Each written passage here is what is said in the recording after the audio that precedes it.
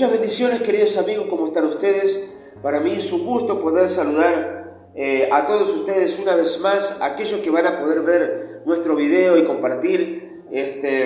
Saludamos a todos. Nosotros nos encontramos en nuestro país argentino, en nuestro templo aquí. Nos encontramos especialmente para hablar algo de la enseñanza de la palabra del Señor, que se va a encontrar en Gálatas capítulo 5, versículo 19. Algo que la mayoría de los cristianos conocen acerca de lo que es el fruto o las obras de la carne. Pero sí es cierto de que hay muchos que están en un proceso de crecimiento o quizás otros recién empezando. Y aclaro esto porque evidentemente la Biblia nos enseña a nosotros que hay niveles de fe diferentes o un crecimiento de espiritualidad, digámoslo de esta forma, que es diferente. Eso es lo más lógico. Una persona nueva no tiene el mismo crecimiento, la misma madurez que una persona que ya lleva varios tiempo en los caminos del Señor. Por ejemplo, una persona que realmente tiene la experiencia y el crecimiento, la madurez necesaria en los caminos del Señor, quizás puede caer en un pecado, se humilla, se arrepiente sinceramente y pide perdón al Señor y continúa. Es bíblico, dice que el Señor perdona, se olvida del pecado, dice, y echa a lo profundo del mar los pecados y se olvida. Evidentemente una persona con esa madurez espiritual lo puede asimilar y puede continuar. Evidentemente una persona que quizás no tiene esa capacidad todavía o ese grado de entendimiento va a decir, quizás hasta juzgar, va a decir, wow, ¿cómo puede ser? Pero a veces es entendible porque no alcanza todavía a madurar espiritualmente. Es algo muy lógico. Ahora lo malo es cuando existen personas que son orgullosas, arrogantes, que son necios, en lo cual no quieren entender y que lo que ellos digan es la verdad. Bueno, en fin, vamos a hablar acerca de la palabra del Señor. ¿Cuáles son los frutos de la carne o las obras de la carne? Gálatas capítulo 5, versículo 19. Y manifiestas son las obras de la carne, que son adulterio, fornicación, inmundicia, lascivias, idolatría, hechicería, enemistades, pleitos, celos, iras y contiendas, disensiones, herejías, envidias, homicidios, borracheras, orgías. Y estas cosas semejantes a estas, acerca de las cuales dice, os amonesto, como ya os lo he dicho antes, que los que practican tales cosas no heredarán el reino de Dios. Aquí hay que prestar atención en lo siguiente, para muchas personas que quizás están en ese proceso de crecimiento. La obra o el fruto de la carne, como por ejemplo iras, celos, contienda o disensiones, tiene el mismo grado, es el mismo pecado de la borrachera, de la fornicación o del adulterio. No hay pecado grande o pecado chiquito. Es decir, el que roba un pedazo de pan es el mismo delito, es robo en sí, a que asalte un banco. Si vamos a las leyes terrenales, evidentemente el que roba un pan, por ejemplo, ya que pusimos este ejemplo, evidentemente es un delito y que lleva una pena mínima. No es una pena grande, pero es en el área terrenal. En lo que es en la palabra del Señor, no es igual, ya que es el mismo pecado. Ok.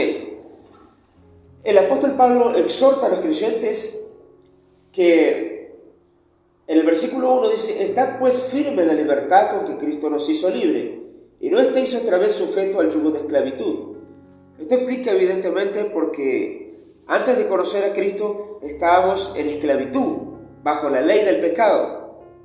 Bajo la ley del pecado, en lo cual entendamos por favor de que estamos en un cuerpo que realmente el apóstol Pablo decía, miserable de mí, ¿quién me librará de este cuerpo? Porque es evidentemente, somos seres humanos, nuestra naturaleza es caída.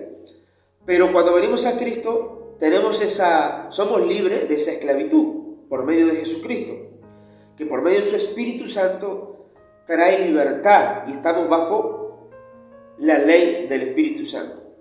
Por eso el apóstol Pablo instaba a que se luche por todos los medios para tratar de mantener esa libertad con la que Cristo nos hizo libre. Entonces, qué importante es entender la Escritura de que la ira y la contienda, los celos, es pecado al igual que una borrachera. Pero note algo que dice, tales cosas, los que practican, dice, tales cosas no heredarán el reino de Dios. Aquí hay algo fundamental para diferenciar.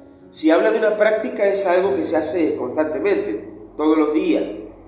Bueno, esa es la diferencia de que realmente lo malo es hacer estas cosas. Si tenemos estas obras de la carne, lo malo es constantemente ir haciendo como una forma de práctica. La diferencia está, ya que la Escritura dice en 1 Juan capítulo 3, versículo 8, que el que practica el pecado es del diablo. Es lo más directo, porque el diablo peca desde el principio, pero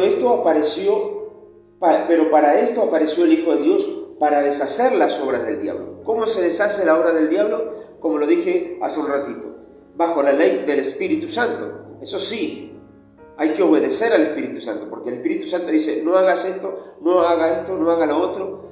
Pero si nosotros no obedecemos, es cosa de nosotros y nosotros debemos atenerlo a las consecuencias.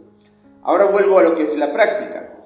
Evidentemente en el tiempo, en el camino de cada uno de nosotros, podemos cometer pecado.